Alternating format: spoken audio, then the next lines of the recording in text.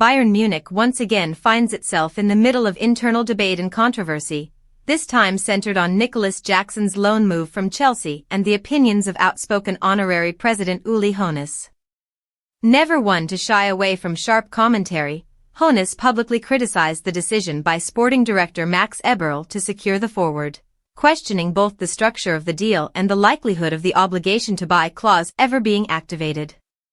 According to Hoeneß, the purchase obligation depends on Jackson making 40 starts for Bayern across the season, a number he believes is virtually impossible to reach. To illustrate his point, Hoeneß compared the situation with Harry Kane, who despite being the team's undisputed #1 striker and consistently fit, only managed 46 starts last season across all competitions.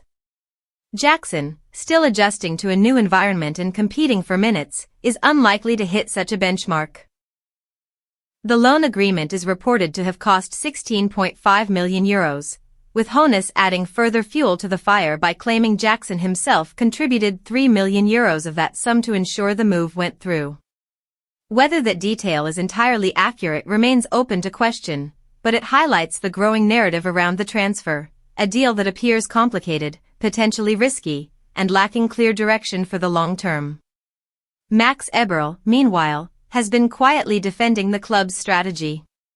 For Bayern, adding Jackson provides depth and flexibility in attack, particularly important during a season filled with demanding Bundesliga and Champions League fixtures. At 23 years old, Jackson also represents a player with development potential, capable of flourishing in a structured and competitive environment if given time. For Eberl, the low-risk structure of the deal might actually represent smart business, allowing Bayern to test the waters before committing to a long-term investment. Hoeneß, however, has not hidden his disdain for what he views as unnecessary risk and poor decision-making. His criticism of Eberl has been blunt, extending beyond this deal alone. He has suggested that the new sporting director is overly sensitive and perhaps ill-suited to handle the pressures of running Bayern's football operations. Such public disparagement only adds tension within the club, where stability at the top has often been as important as success on the pitch. For Jackson, the situation creates uncertainty about his future. If he performs well, Bayern could negotiate a fee lower than the original obligation, ensuring a permanent move without stretching finances.